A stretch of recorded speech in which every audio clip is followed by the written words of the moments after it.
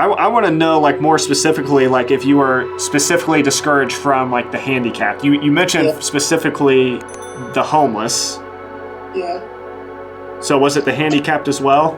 Handicapped and the elderly. And the elderly. From what I can remember, apparently, from what I was told, not by the pastor but by Korean members, you can't preach to them because they are born like that because of a sin. Wow. They committed in heaven. Wow. Here's a couple comments from World Mission Society Church of God members that I want to comment on and talk real quick about in this video. So the first one, if you really want to have eternal life, you need to do what God tells you to do. And another one, brother, it is about keeping the commandments and laws of God. And then he quotes some verses, weekly feasts, yearly feasts for the year, God bless you. And another one, if you truly believe in God, you obey his commands. Sabbath and Passover is just a basic commandment of God. There are many commandments and laws. Then if you don't want to do that, then you are not a true believer. And again, God is love and Sabbath is day to worship God. The good for us is to obey the commands of God. So this is something we hear a lot from members, as you can see. This is just a small sample of many comments like this that we get, where Wmscog members will hear what myself and other former members who come and speak on this channel are saying, and they'll accuse us of not being willing to obey God, of disobeying the commands of God. And so they hold to this certain belief about things like Passover, Sabbath, the feasts of God, and they believe that those are sort of the ultimate commands. And if you aren't keeping those things or believing about those things the way that they do, then you are unwilling to obey God. You are disobeying him. And ultimately, what members often do in the comments is they will condemn us as basically following Satan or being on our way to the judgment of hell. But do these Wmscog members who are making these accusations, do they keep God's commands? Yes, they might think they're keeping things like Sabbath, Passover, and all that, but when you look at other commands of Jesus that are emphasized and given more importance than things like Sabbath and Passover, when you look at these commands and then you compare them to the Wmscog and their behaviors, do they obey the commands of God? That's the question I want to look at in this video, and I want to show you why it's very clear when you look at the Wmscog, you look at how they function, they don't keep God's commands.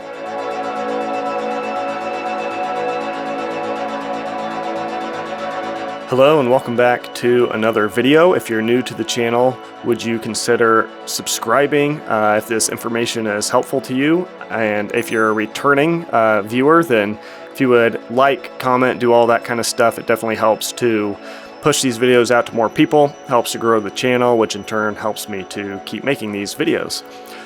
So today I want to look at one of the parables of Jesus, the parable of the sheep and the goats that a lot of you are probably familiar with.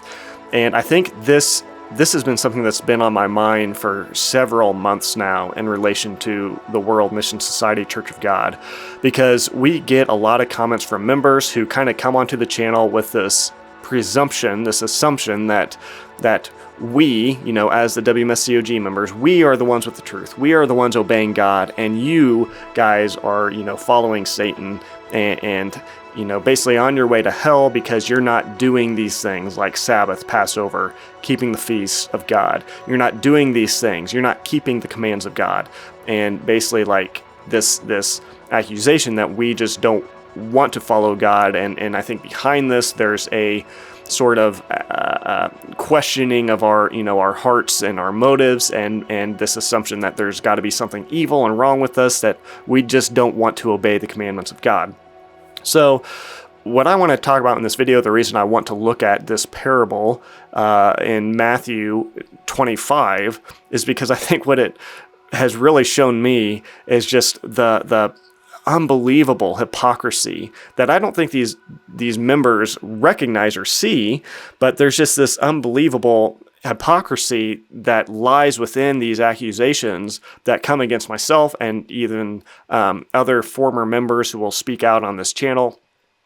They also get a lot of these accusations, but this parable really helps to, I think, bring some clarity and show that the Wmscog and these members who are making these accusations are not keeping the commands of God. Now, whether or not I and the others that they accuse are truly keeping God's commands or not, that's a question for another day. I'm not here to really talk about that or try to argue for that. What I wanted to show is, hey, these guys who are making this accusation that we're not keeping God's commands, well, they're not either, not even close.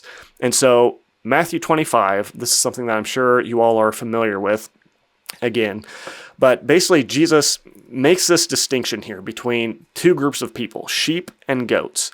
And he basically says, starting in verse 33, he says that he will place the sheep on his right, but the goats on the left. Then the king will say to those on his right, "Come, you who are blessed by my Father, inherit the kingdom prepared for you from the foundation of the world. I was hungry, and you gave me food. I was thirsty, and you gave me drink. I was a stranger, and you welcomed me. I was naked, and you clothed me. Sick, you visited me. Was in prison, and you came to me." Then the righteous will answer him, saying, "Lord, when did we see you hungry and feed you, thirsty and give you drink? When did we see you a stranger and welcome you, or naked and clothe you?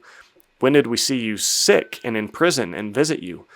The king will answer them, "Truly I say to you, as you did it to one of the least of these, my brothers, you did it to me." So the king here obviously would be a representative of Christ, who at the judgment is making this distinction between the group who is the sheep, who are being counted as those who live lives that were pleasing to God, that were obedient, and this other group, the goats, who were disobedient. So when he talks to the goats, he says to those on his left, "Depart from me, you cursed, into the eternal fire prepared for the devil and his angels. For I was hungry, and you gave me no food, thirsty, and you gave me no drink. I was a stranger, you did not welcome me.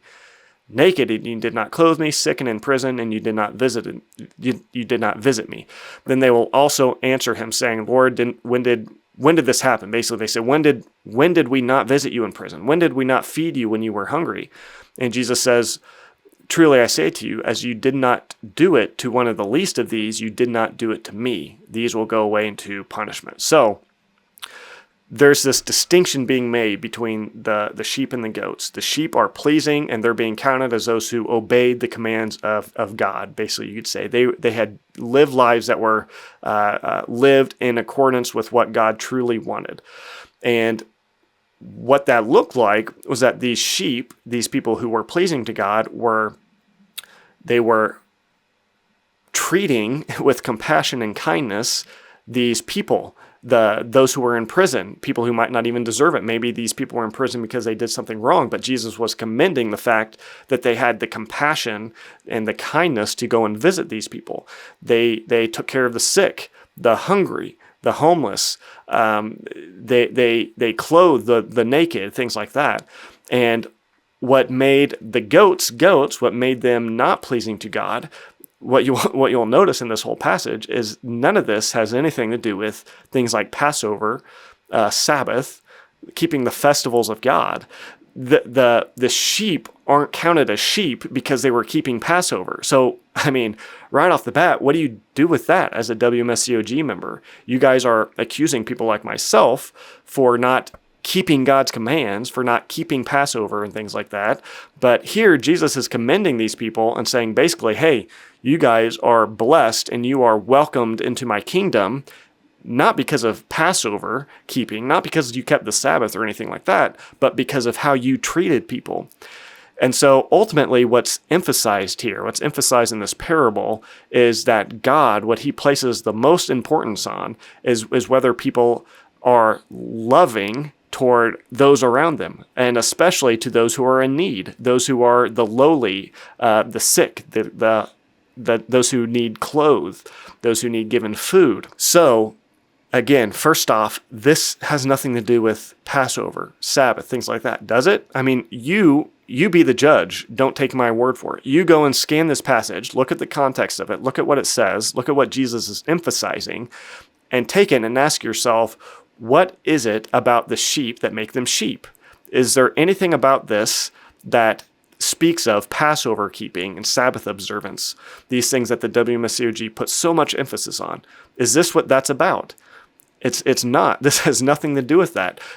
these people are welcomed into the kingdom of God completely without any mention of keeping Passover and things like that. The basis for which they are invited into the kingdom of God has everything to do with how they're loving people, and nothing to do with whether they're observing these old covenant feasts and festivals. That's the first thing. The second thing is the Wmscog obeying, walking in obedience to this commandment, I think you could say, that's being sort of communicated here. I think what this is emphasizing is that what Jesus values most, and what the commandments of God really are, is that not that you're doing these external things, but that inside of you have been changed into the sort of person who loves other people. And when other people come into your way, when you have the opportunity to take care of and love other people, you do it. You don't have a heart that would see somebody in need, and you have the opportunity and the ability to help them, and you in selfishness or just a lack of love and compassion for them, you neglect them for whatever reason. And so does the Wmscog obey this thing that distinguishes between whether you're a sheep or a goat? Does the Wmscog obey it? Does the Wmscog care for the homeless, the stranger, the naked, those who are in prison? Well, I've heard time and time again, testimony after testimony from former members of this group that no. In fact, many members were directly told, or either indirectly or directly told, that you should not preach when members are sent to go out and preach. They were taught to not preach to groups like the homeless, the handicapped, and so on. So it's these people who Jesus emphasized as the types of people that we should indeed be loving and helping. These people, again, from testimony after testimony that I've heard, I think it could be said that the Wmscog, at least from my experience, from what I've been told, from all the information and evidence that I've been able to gather, they neglect these people, and they teach their members to neglect these people. Because they said Oregon's done with their gospel work, but I've since learned, since I've left, that they're still expanding. They're still preaching in Oregon, so it's, and not the homeless either, right? Those people are done. Oh, no homeless, no disabled. So there's certain people in the 7 billion who are not really eligible to be part of that 7 billion.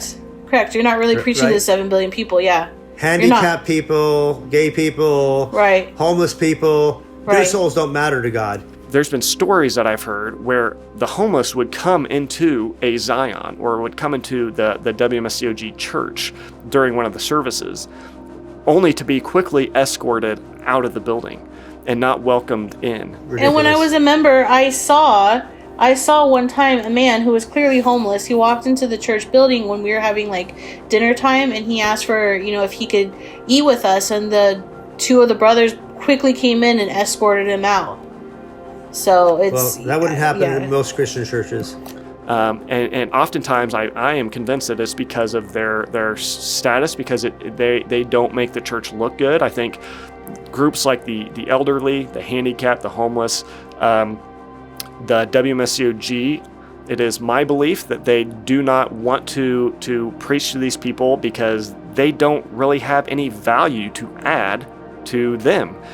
They don't make the church look good. And they're just going to be a burden. It goes back to James too, the brother of Jesus, who said, don't just, when you're eating a meal or whatever, don't invite, the person who has fancy clothes and who is rich and respectable. Don't invite that person to have don't say, you come and sit here at the best spot, but you guys who are poor, you don't look so good, you're crippled and lame, you take the back seat, or maybe just sit on the floor and let the more important people sit up front. That is I can tell you, that grieves the heart of God beyond words. That is so against everything Jesus taught.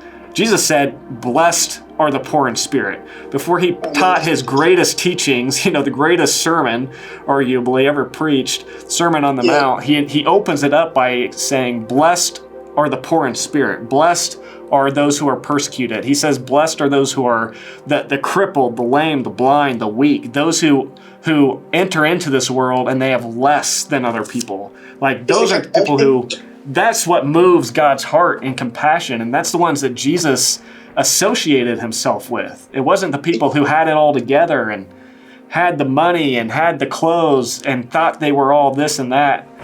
Yeah. There's also been, I think what is taught probably fairly often, I know this is something else that I've heard that I believe is most likely true, that the WMSCOG will even teach that the reason that these people are in the condition they're in, the reason they're homeless, the reason they're handicapped, the reason you should not preach to them is because they're in this condition because of their great sin in heaven, that they committed some horrendous sin in heaven, and that's why God put them here on the earth in the condition they're in. It's really just a judgment of God because of their sin that they're in that condition. So don't waste your time preaching to them. Don't waste your time ministering to them. These are the sort of things that this group will say about the homeless and handicapped. From what I can remember, apparently, from what I was told, not by the pastor but by Korean members, we can't preach to them because they are born like that because of a sin they committed in heaven. Wow. Okay, so you have Jesus in the Gospel of John. The disciples encounter this blind man, and they say to Jesus, "Jesus, who sinned, this man or his parents, that he was born blind?" And Jesus says, It wasn't this man's sins or his parents, but it was for the glory of God. And so they're just kind of whitewashing all these people, saying, no, they're this way because of their sin. And so what I'm hearing over and over, and what you're telling me, is it's the poor, the crippled, the lame, the handicapped, the people who don't really have much to offer, that they say don't. And because they can't. They say because they're no use to the gospel, they can't preach the gospel. Wow. So all that to say, the WMSCOG does not obey this. This thing, again, that determined whether the sheep got into the kingdom or whether the goats were sent into punishment, the WMSCOG doesn't obey it. They very blatantly disobey it, I would say. So in Mark 2:17, Jesus said to the man who had invited him, so Jesus had been invited to eat supper with somebody, he said, "When you host a dinner or a banquet, do not invite your friends, your brothers, or relatives, or rich neighbors, otherwise they may invite you in return, and you will be repaid. But when you host a banquet, invite the poor, the crippled, the lame, and the blind, and you will be blessed, since they cannot repay you. You will be repaid at the resurrection of the righteous."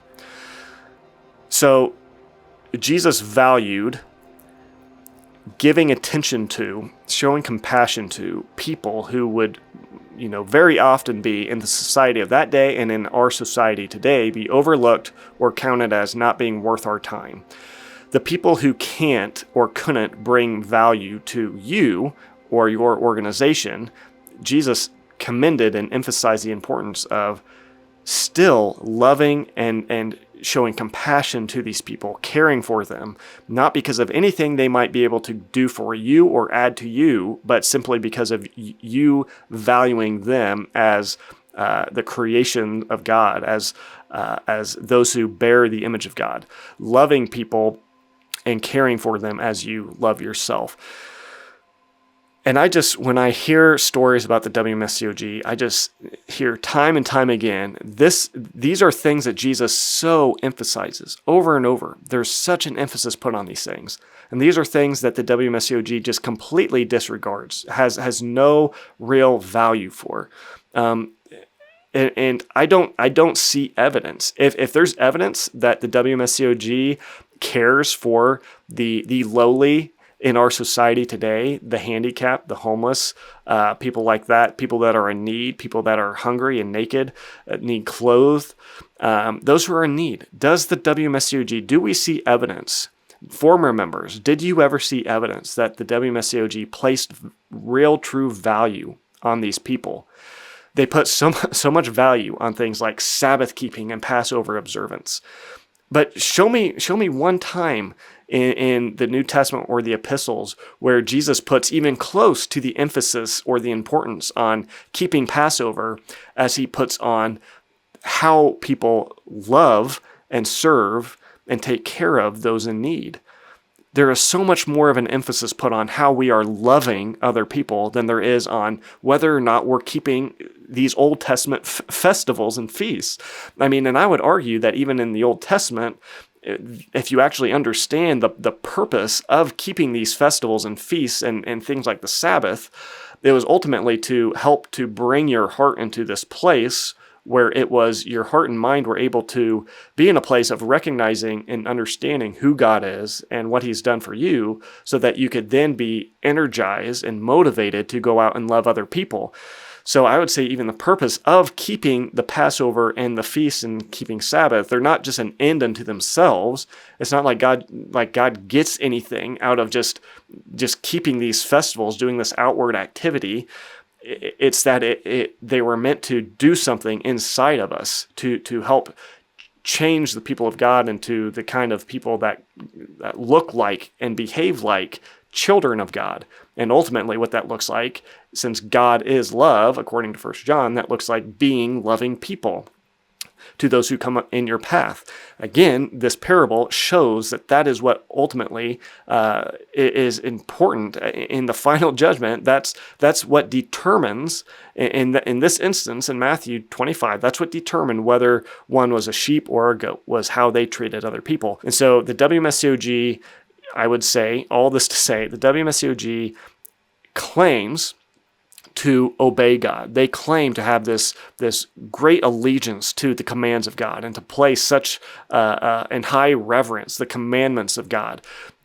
But do they really? Do they really keep the commands of God? And if you're a member watching this, especially if you're one of those who are so often coming to the channel and commenting on videos, accusing myself and other former members of breaking the commands of God because we don't believe what you believe about Passover and Sabbath. Well, again, we could argue about that and argue about whether or not that us not keeping Passover in the way you do is really breaking the commands of God.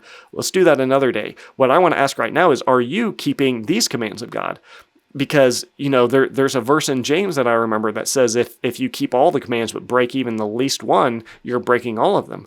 So you can keep your Passover and your Sabbath and all that all day, but if you are not obeying these things, if you're not loving, if you're not putting this importance that Jesus put on taking care of the homeless, the handicapped, those who are the lowly of this earth, if you're not loving them in the way Jesus emphasized and taught his disciples to love these people, then can you really say that you are keeping the commands of God? So I would just encourage you who are making these accusations, next time before you sit down at your computer and you start to type out this comment that makes an attempt to exalt yourself over other people as being those who are truly keeping God's commands because you're keeping all these festivals and things, and then looking down on those who aren't doing what you're doing, and very often condemning these people to hell, saying that because you're not keeping Passover and Sabbath, because you're not keeping the commands of God, you're on your way to hell, you're following Satan, yada yada, that whole spiel that we hear all the time. Before you sit down and make those accusations, ask yourself, am I keeping the commands of God? Am I keeping all of the commands of God? Am I placing importance on the things that Jesus placed importance on?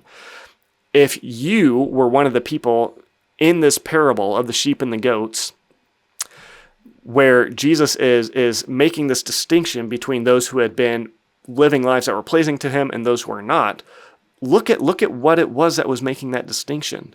Did it have anything to do with Passover? Did it have anything to do with keeping the Sabbath? No, it did not. It had everything to do with how you were treating the homeless, how you were treating the handicapped. How are you treating those who need your help, those who need compassion, even those who may not deserve it? And so before you sit down and write an accusatory, condemning comment, ask yourself, if you were one of the ones standing there before this king making this distinction between sheep and goats, which one, on the basis that he made those distinctions, again, taking care of those people in need, would you be a sheep or a goat? Which one would you be in? Because again, it had nothing to do with Passover and Sabbath. So are you keeping the commands of God? Before you accuse others, and before you continue to accuse me and people who are supporting this channel of not keeping the commands of God, is the WMSCOG, and not just you, but the leadership, the WMSCOG leadership and the organization as a whole, I would say, you can look at this passage that we've looked at today, the sheep and the goats. You can look at the other parables, and you can see that Jesus placed this emphasis and this importance on loving and caring for these groups of people that the WMSCOG entirely, I would say, neglects. From what I've heard, from all the evidence I've been given, that's what I think is the fair and accurate thing to say. They do not care about these commandments of God. The WMSCOG picks and chooses. They'll make these great boasts about how they keep the commandments of God, but ultimately they are picking and choosing which of the commandments they want to value and which of the ones they want to devalue. And it's mind-numbingly just crazy when you hear members that are so dogmatic in their condemnation of people who don't keep these festivals and don't keep these laws and regulations that they value as so important, while all the while they're completely neglecting things like these other things that Jesus emphasized so much more than he emphasized these other regulations and rules. So it's just such an example of how Jesus talked about how the Pharisees, they would strain out a gnat and swallow a camel. They would put so much of a focus on these things that, yes, you could argue have some importance, but they're not the most important thing. And the Pharisees would emphasize and just grab hold, just get this death grip tight hold on these things that were just not the most important thing. And they would completely neglect the most important thing, which Jesus said were things like love, compassion, mercy, kindness. And so they would grab onto these things, completely ignore the truly important things, and then they would cast this condemnation on those who weren't putting this emphasis and this importance on these more insignificant things.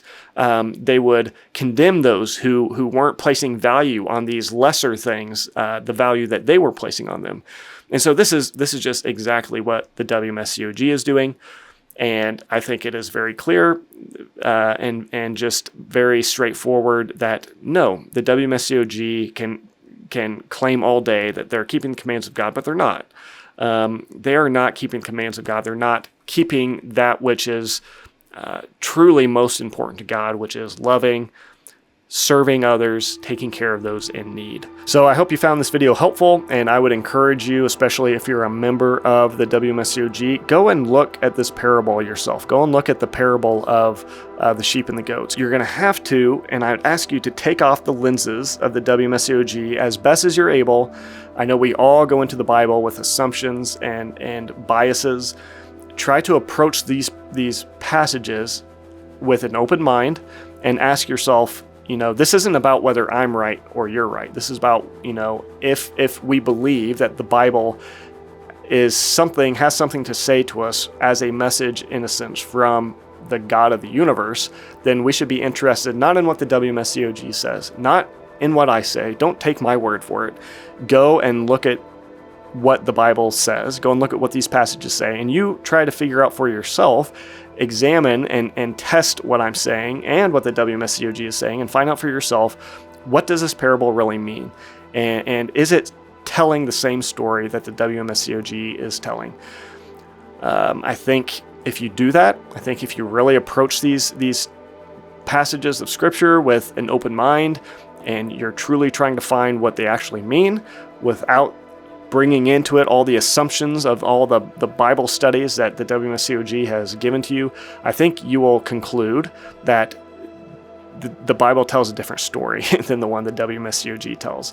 And the commandments of God, what you think are the most important commands, what you think it looks like to keep God's commands and to be obedient and pleasing to Him, I think the Bible would have a different idea of what that should look like. So that's all I have for today. Thank you all for watching. I do hope this was helpful. I hope it made sense. Let me know in the comments. I hope if this was confusing at all, I do hope that you're understanding here what I'm saying, because I think there's something significant here. I think, this is just one example of so many where if you just can take passage after passage in throughout the Bible and very quickly see that what it says entirely disagrees with the Wmscog and contradicts it time after time.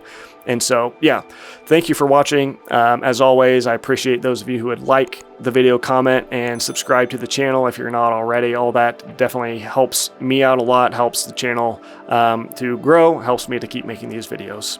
So with that, I will see you all in the next one. Maybe some Zions do welcome homeless and handicapped. I don't know. I don't want to whitewash this as every single church. There's always going to be the exception. But we've heard it from so many ex-members across the country. It doesn't happen. There's enough evidence to say that, okay, maybe your specific Zion does. I would question that, and I would want to see some evidence that that's happening in a meaningful and substantial way. But even if that is the case, I'll give you the benefit of the doubt there. But if that's the case, we still have overwhelming evidence and testimonies from multitudes of other people from England and from all over the country that say that they're told to not preach to these people. Right.